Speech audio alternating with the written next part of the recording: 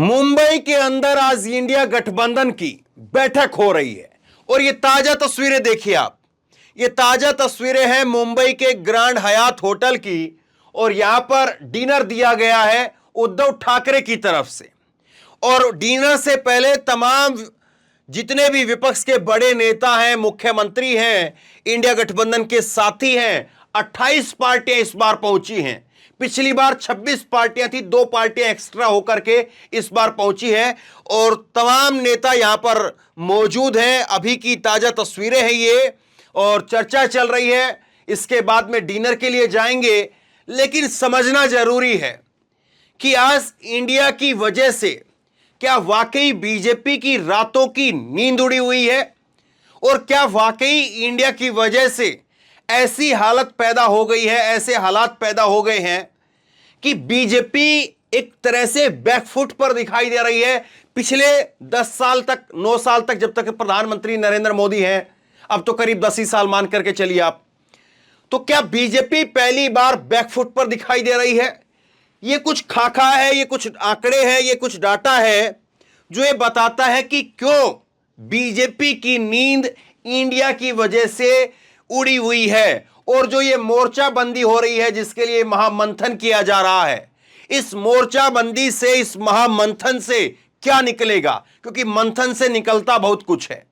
मंथन से जब भी निकला है तो मंथन से ही निकला है और बड़ा मंथन हो रहा है। और ऐसे में कौन कौन से मुद्दे हैं, क्या मुद्दे हैं, किस तरह से जो है वो चीजें तय होंगी, ये सब कुछ जो है वो एक एक करके सिलसिलेवार तरीके से मैं आंकड़े के साथ आपको बताता हूं। और आप इस बात से समझ लीजिए कि इंडिया की बैठक से पहले अचानक से मोदी जी, उनकी सरकार आकर के ऐलान कर रही है कि हम संसद का विशेष सत्र बुला रहे हैं। तो इसी से समझ सकते हैं आप, सरकार के अंदर एक बेचैनी, बौखलाहट तो जरूर है, लेकिन अब ये किस हद तक है, कहां तक मार कर रही है, ये सबसे बड़ा सवाल है। अब देखिए, इसमें अगर आप देखेंगे तो 28 पार्टियां आ रही हैं, 6 मुख्यमंत्री हैं और 63 नेता है इंडिया की बैठक के अंदर। 2 नए दल जो है इस बार जुड़ रहे हैं और 5 बड़े आंकड़े जो है वो क्या कहते हैं उसको जरा समझिए। ये 5 बड़े तथ्य ऐसे हैं जो इंडिया के सियासी गणित में एससी, एसटी और ओबीसी उसको सबसे मजबूत कड़ी बनाता है और बीजेपी के लिए यही एससी, एसटी और ओबीसी सबसे कमजोर कड़ी साबित हो रहे हैं। और इसमें चाहे आदिवासियों को और मिला लीजिए आप, तो तमाम ये जो लोग हैं, तमाम जो ये वर्ग है, ये बीजेपी के लिए बड़े सिरदर्द पैदा कर रहा है। अब देखिए, इसमें पहले नंबर पर क्या पॉइंट है? यूपी में, एमपी में, राजस्थान में, छत्तीसगढ़, बिहार, बंगाल, तमिलनाडु, महाराष्ट्र, केरला, झारखंड में एससी, एसटी 26% और ओबीसी 42% है। यहां पर माइनॉरिटी की बात नहीं हो रही है, मुसलमानों की बात नहीं हो रही है, केवल एससी, एसटी और ओबीसी की अगर आप बात करेंगे तो एससी, एसटी और ओबीसी वो 26% एससी, एसटी है और ओबीसी जो है वो 42% है। यानी कुल मिलाकर के 68% जो है वो एससी, एसटी और ओबीसी, यानी करीब करीब जो है वो 70%, अगर हम इसको राउंड फिगर में मान लें तो ये 70% जो है वो वोट ऐसा है जो कि एससी, एसटी और ओबीसी के अंदर है। और इसमें बड़े इंपॉर्टेंट राज्य हैं, यूपी इसमें है, एमपी, राजस्थान, छत्तीसगढ़, बिहार, बंगाल, तमिलनाडु, महाराष्ट्र, केरला, झारखंड के अंदर। और इन्हीं में इंडिया के जो दल हैं उनकी सरकारें हैं। कुल 11 राज्यों के अंदर इंडिया दल के मुख्यमंत्री हैं और ज्यादातर राज्यों में, जिसमें एमपी में और जो सरकार थी वो सरकार चली गई, यूपी में सरकार नहीं है, बाकी छत्तीसगढ़ में इंडिया की सरकार है, राजस्थान में इंडिया की सरकार है, बिहार में इंडिया की सरकार है, बंगाल में इंडिया की सरकार है, तमिलनाडु में इंडिया की सरकार है, महाराष्ट्र में सरकार थी वो भी चली गई, केरल में इंडिया की सरकार है, झारखंड में इंडिया की सरकार है। तो ये वो राज्य हैं जिसमें यूपी और आप उसके बाद में एमपी और महाराष्ट्र, 2 जो है वो बगावत करके लिए, बगावत नहीं बल्कि चोरी करके लिए हुए सरकार है। बाकी के राज्यों में इंडिया की सरकार है और यहां पर 70% जो है वो एससी, एसटी और उसके साथ में ओबीसी है। तो सबसे चौंकाने वाला और सबसे चिंता पैदा करने वाला बीजेपी के लिए ये आंकड़ा है। दूसरा आंकड़ा यह है कि जिन राज्यों में कांग्रेस सीधे लड़ाई में है वहां पर पुराना एससी, एसटी वोटर्स उसको जोड़ने पर काम चल रहा है। तीसरा आंकड़ा यह है कि लंबे समय से मायावती दलित राजनीति का चेहरा है, पर उनके घटते जनाधार से एक स्पेस बन गया है। और 2019 के लोकसभा चुनाव में सपा के साथ में बसपा लड़ी तो 10 सीटें आई, 3% उनको वोट मिला। 2014 में 4% वोट था, पर एक भी सीट नहीं थी। यानी मायावती अगर गठबंधन में रहती है तो फायदे में रहती है, गठबंधन में नहीं रहती है मायावती जी तो जीरो पर, शून्य सुपड़ा साफ। और उसके साथ साथ 2017 के विधानसभा चुनाव में बीएसपी को 22% वोट मिले, 19 सीट मिली। और 2022 के अंदर वो वोट घट करके जो है वो सीधे 12% पर आ गया और सिर्फ मायावती जी को एक सीट मिली। मतलब कि मायावती जी का जो गढ़ उत्तर प्रदेश है, और उस उत्तर प्रदेश के अंदर जहां पर उनकी राजनीति रहती है, वहां पर भी सीधा सीधा सिर्फ और सिर्फ उनका एक विधायक है, और वो विधायक भी अपने बलबूते पर बताया जाता है, जिसमें मायावती जी के खेमे का, उनका वोट बैंक का कोई असर जो है वो खास बताया नहीं जाता है। ये भी साफ तौर पर आप समझ लीजिए। तो मायावती जी गठबंधन में आएंगी तो अपना फायदा करेंगी, या गठबंधन से बाहर रहेंगी तो अपना फायदा करेंगी, ये सीधा सी गणित है। अब उसके बाद में चौथा पॉइंट आप समझिए, कर्नाटक से कांग्रेस के कोर वोटर लौटने का भरोसा जगा है। कर्नाटक में 17% दलित वोटर हैं। ऐसे में दलित समुदाय आने वाले खरगे को मायावती की जगह पर प्रोजेक्ट कर रही है। तो कर्नाटक में जिस तरह से हुआ, लिंगायत ने भी कांग्रेस को वोट किया, वोकालिंगा ने भी कांग्रेस को वोट किया, दलितों ने कांग्रेस को वोट किया, मुसलमानों ने कांग्रेस को वोट किया, जेडीएस को छोड़ दिया वहां पर। तो पुराना जो कांग्रेस का वोट था, वो कांग्रेस का वोट कांग्रेस की तरफ लौट रहा है। उसके बाद पांचवा पॉइंट ये है कि जाति जनगणना का समर्थन कांग्रेस कर रही है, और इसके साथ साथ जो है वो इन सारे वर्गों को, चाहे वो बिहार के अंदर हो, जातिगत सर्वे के आधार पर जो है वो लगातार अपनी तरफ भुनाने का प्रयास कर रही है। तो ये 5 पॉइंट है। अब इसके बाद में देखिए कि ये जो 28 दल यहां पर जुड़ रहे हैं, तो क्या क्या संभावना ऐसी है जो इस बैठक से, इस मंथन से निकल करके सामने आ सकता है। तो पहला तो जो बताया जा रहा है कि एक जो है वो लोगो बन सकता है, और लोगो जो है वो सामने आ सकता है कुछ ना कुछ। और बताया ये जा रहा है कि लोगो जो है वो इंडिया के जो झंडा है, हमारा जो तिरंगा झंडा है, उससे कुछ कुछ मिलता जुलता होगा और उसी के आकार का होगा। तो ये देखने वाली बात रहेगी। और ये कल जो है लोगो, कल 3 बजे प्रेस कॉन्फ्रेंस रहेगी दोपहर में तमाम पार्टियों की, और उसके बाद में लोगो जो है जारी किया जाएगा। जिस तरह से पिछली बैठक में कर्नाटक के अंदर प्रेस कॉन्फ्रेंस के अंदर इंडिया नाम जो है वो जाहिर किया गया था, अब इंडिया नाम के बाद में इंडिया का झंडा क्या होगा वो जो है वो जारी किया जा सकता है। ये सबसे बड़ा सवाल है। उसके बाद में एक चीज है जिसको लेकर के अभी डाउट है, तस्वीर अभी साफ नहीं हुई है। अब रात में किसके नाम पर सहमति बन पाती है, नहीं बन पाती है, आज पूरी रात भर चर्चा चलेगी। चर्चा इस बात पर है कि संयोजक किसको बनाया जाए, और अगर संयोजक बनाया जाए तो उसके ऊपर क्या चेयरमैन को भी रखा जाए, और अगर चेयरमैन को ऊपर रखा जाए, एक नीचे संयोजक रखा जाए, तो 4-5 उसके साथ में जो है वो क्षेत्रीय संयोजक भी रखे जाएं। ये भी चर्चा चल रही है। ये भी चर्चा चल रही है कि एक जो है वो इंडिया का गठबंधन का एक हेडक्वार्टर बनाया जाए, वो दिल्ली के अंदर हो सकता है, लखनऊ के अंदर हो सकता है, वो जो है बनाया जाए। बहुत संभावना ये है कि दिल्ली के अंदर रखा जाए। उसके बाद में एक चर्चा ये चल रही है कि सारी सीटों के ऊपर जो है, सारी सीटों के ऊपर जितनी भी सीटें, करीब करीब 450 सीटें ऐसी हैं जो चिन्हित की जा रही हैं, जिनके ऊपर जो है वो दूसरे नंबर पर कौन था इस बात को तलाशा जा रहा है, उन पर एक उम्मीदवार उतारा जाए। और दूसरे नंबर पर कौन कहां पर था ये मैं आपको बता देता हूं।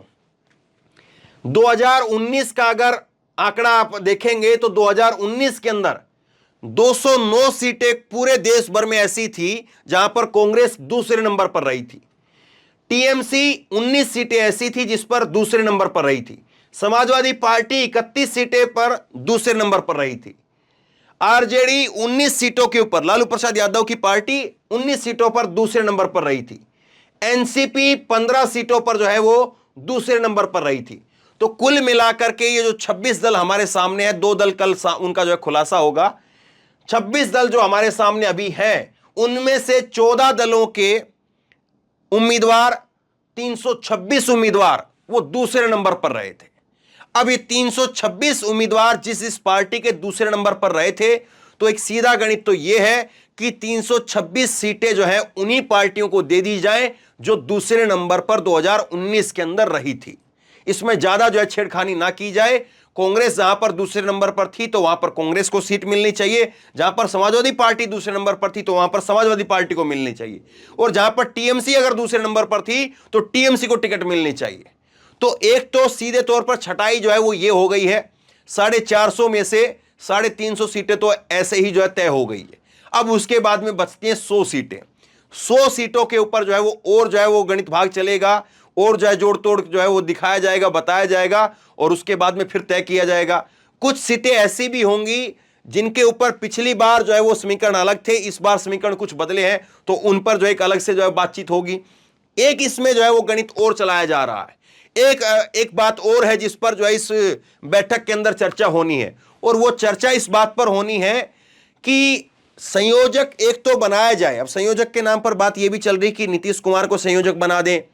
नीतीश कुमार के साथ साथ जो है चर्चा जो है मल्लिकार्जुन खड़गे की भी है, लेकिन फिर बात यह चलती है कि मल्लिकार्जुन खड़गे को आप संयोजक बना देंगे तो कांग्रेस पार्टी का काम क्या देखेंगे, क्योंकि कांग्रेस के अध्यक्ष है तो उनको कांग्रेस का काम भी देखना है, कांग्रेस का जो बेस है, कांग्रेस का आधार है, उसको भी मजबूत करना है। तो ये कहा जा रहा है कि कांग्रेस पार्टी जो है वो मल्लिकार्जुन खड़गे को नहीं चाहती कि वो बनाए, क्योंकि वो कांग्रेस को अच्छे से डील कर रहे हैं, उनको कांग्रेस का किया जाना चाहिए। फिर एक चर्चा ये भी चलती है कि ये जो संयोजक वाला जो पद है वो अगर कांग्रेस से बाहर रहे तो अच्छा है, जैसे कि अगर नीतीश कुमार के पास में रहे या ममता बनर्जी के पास में रहे तो अच्छा है, ताकि कांग्रेस के ऊपर एक लगाम लगा करके रखी जा सके कि कांग्रेस सबसे बड़ी पार्टी है, कभी अपनी मनमानी ना करने लगे। तो ये तमाम तरह की बातचीत है, हर तरह की बातचीत जो है वो रखी जा रही है। ऐसा नहीं कि यहां पर सारे लोग कांग्रेस के पीछे खड़े होकर के चलने वाले लोग हैं, अपनी अपनी बातें कह रहे हैं, और यही सही है।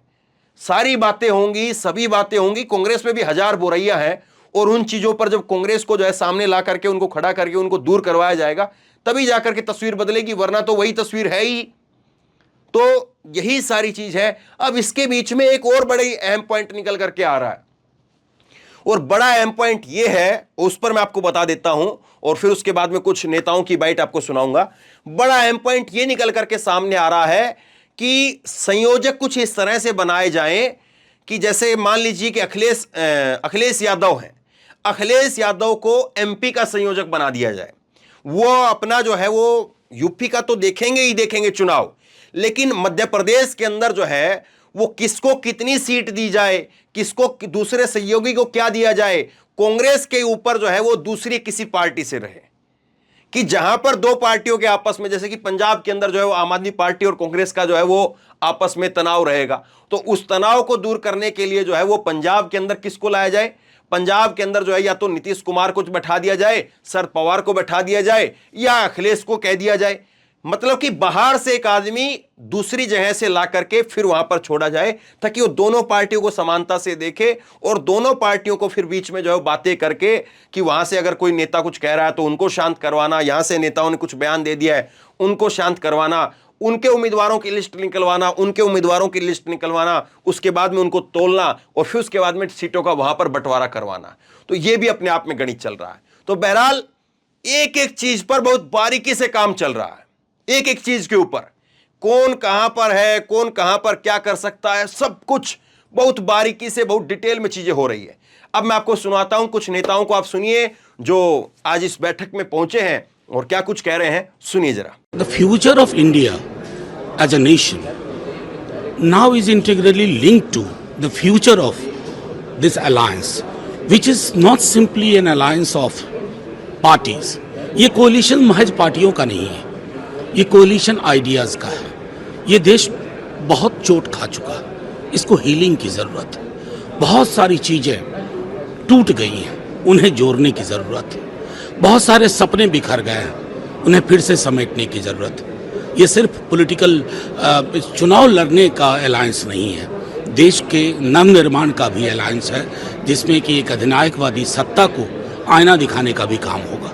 आज हम सुन रहे हैं कि विदेशों के अखबारों में खबरें छपी है, भारत के अंदर इतना ज़्यादा भ्रष्टाचार है, भारत सरकार केवल एक आदमी के लिए काम कर रही है, भारत सरकार में बहुत ज़्यादा भ्रष्टाचार है, मोदी जी सबसे ज़्यादा भ्रष्टाचारी है। ऐसी खबरें जब विदेशों के अखबारों में छपती है तो दिल में बहुत तकलीफ होती है। तो इस देश के युवा रोजगार चाहते हैं, उनको रोजगार नहीं मिल रहा। इस देश की लोग महंगाई से छुटकारा चाहते हैं, उनको छुटकारा नहीं मिल रहा, वो कहाँ जाएं? तो वो जब भी इनके पास जाते हैं तो ये तो एक ही आदमी का काम करने में लगे हुए हैं। तो ये इंडिया अलायंस जो है वो 140 करोड़ लोगों का अलायंस है, जो देश को एक तरह से तरक्की के और विकास के रास्ते पर लेके जाएगा। आप एनडीए की और बीजेपी की खास तौर पे बौखलाहट इसी चीज़ से देख सकते हैं कि वो लगातार हम पर हमारे नाम को लेकर हमले कर रहे हैं। और इतने बड़े बड़े लोग, यहाँ तक कि प्राइम मिनिस्टर ऑफ इंडिया, जिन्होंने कॉन्स्टिट्यूशन ऑफ इंडिया के तहत अपना कार्यभार संभाला, इंडियन फ्लैग के नीचे खड़े होकर शपथ ली, प्रेसिडेंट ऑफ इंडिया ने उन्हें शपथ दिलाई, गवर्नमेंट ऑफ इंडिया के वो मुखिया हैं, सरकार में आने के बाद startup India, skill India, make in India, बढ़ेगा इंडिया, खेलो इंडिया, चलेगा इंडिया, न जाने कौन कौन सी स्कीम्स उन्होंने लॉन्च करी, नीतियाँ लॉन्च करी। आज उसी पार्टी को और उन्हीं लोगों को इंडिया शब्द से नफरत हो गई। आज ये हमारे अलायंस का जो कंपैरिजन है वो किसी आतंकवादी संगठन से कर रहे हैं, क्योंकि उन्हें इंडिया शब्द से इतनी नफरत हो गई। ये नफरत नहीं है, ये उनकी बौखलाहट है। ये लोग डरे हुए हैं, घबराए हुए हैं कि कहीं ये गठबंधन सफल ना हो जाए। और आप देखिए, रोज़ हर प्रकार से बीजेपी यही प्रयास करती है कि अलायंस फेल हो जाए। कभी कोई मनगढ़ंत आरोप लगा देगी, कभी ये शगुफा फैला देगी कि इस अलायंस के बीच में तो बड़ी टकरार है, आपस में लोग लड़ रहे हैं, लाठियां चल रही हैं, न जाने क्या क्या फैला देते हैं। लेकिन हम सब ये बात समझते हैं और देश की जनता भी ये बात समझती है कि बीजेपी तो हर संभव कोशिश करेगी कि अलायंस फेल हो जाए, लेकिन ये अलायंस फेल होने वाला नहीं है, क्योंकि ये अलायंस सिर्फ 4, 10, 50 नेता जो उस कमरे में बैठे हैं उनका अलायंस नहीं है। ये अलायंस वास्तव में भारत की 135 करोड़ आबादी का अलायंस है। वो आबादी साथ आई है, पूरा देश साथ आया है। और उस 135 करोड़ आबादी का एक ही लक्ष्य है कि हमारी आमदनी नहीं बढ़ी, हमारा खर्चा बढ़ता गया, महंगाई बढ़ती रही, हमारे बच्चों को अच्छी नौकरी नहीं मिली, बड़े बुजुर्गों को इलाज नहीं मिल रहा। इन सारी समस्याओं का रोज़मर्रा के जीवन में जिन समस्याओं से इंसान जूझता है, उन समस्याओं का हल चाहिए। लोग डरे हुए हैं सही मायने में। और आपको पता है, अगस्त के महीने में ही पिछले साल बिहार में हम लोगों ने सरकार बनाया था, महागठबंधन की सरकार बनाई थी। तभी से हम लोगों ने तय किया था, लालू जी, नीतीश जी, कि देश भर में सभी लोगों को एकजुट करेंगे, एक प्लेटफॉर्म पे लाएंगे। और ये आज देखिए, ठीक 1 साल बाद, ठीक अगस्त के महीने में जो है, आज तीसरी बैठक जो है बॉम्बे में हो रही है। तो इसके कई मायने हैं। और जनता के पुकार पे लोग चाहते थे कि जो है एक सही विकल्प जो है लोगों के सामने रखा जाए, तो वो सही विकल्प जनता के सामने हम लोग रख रहे हैं, जनता की मांग पर। और हमें पूरा भरोसा है कि जो लोग जो संविधान को, लोकतंत्र को ख़त्म करना चाह रहे हैं, जो दंगा फसाद वाली जो पार्टी है, उनको लोग जो है करारा जवाब देना चाहते हैं। तो हम सब लोग एक हुए। अगर एक नहीं होते तो जनता हमें माफ़ नहीं करती। राजनीतिक हालात पर राजनीतिक दलों ने एक साथ नज़र रखी है और आज परिणाम है कि सब लोग देश के प्रति, इस लोकतंत्र के प्रति, संविधान के प्रति अपने विचारों को लेकर के चर्चाओं में शामिल हो रहे हैं। मेरे लिए जो भी मैं हूँ वो इंडिया और भारत हो। कभी भी भारत में रहते हैं, भारत से बाहर जाते हैं, तब कोई भी कुछ भी हमारी तरफ जब देखता है, हमारा नाम, हमारा राज्य, हमारी भाषा, ये कोई नहीं पूछता। पहले बोलते इंडिया। सो हमारी जो भी पहचान इस दुनिया में है वो हमारी पहचान इंडिया है। इंडिया जो भी करे वो इतना बढ़िया हो रहा है कि सामने वालों को दिक्कत होनी ही चाहिए। और मुझे अच्छा लग रहा है कि उनको दिक्कत हो रही है, मतलब हम लोग कुछ अच्छा ही कर रहे हैं। सबसे बड़ा चैलेंज ये जो पॉलिसीज़ एनडीए की सरकार की है, जैसे महंगाई हो, बेरोज़गारी हो, ये बहुत सारी जो पॉलिसीज़ जो गलत अभी की सरकार कर रही है, उनको ठीक करना ये हमारा सबसे बड़ा चैलेंज और हमारी जिम्मेदारी होगी। इस देश का सबसे बड़ा वोटर अभी युवा वर्ग है, उनको आप क्या अपील करना चाहते हैं? मैं युवा वर्ग को इतना ही कहूँगी कि वोट करना ही चाहिए, दिल और दिमाग के से करना चाहिए। और इस देश में जो प्यार बांटेगा, क्योंकि महात्मा गांधी जी ने हमेशा जो भी इस देश के लिए किया वो प्यार, सम्मान और शांति के मार्ग से किया। तो उसी रास्ते से हम सब ने चलना चाहिए। और मेरे ख्याल से इस देश का जो युवा है वो हमेशा प्यार ही बांटेगा।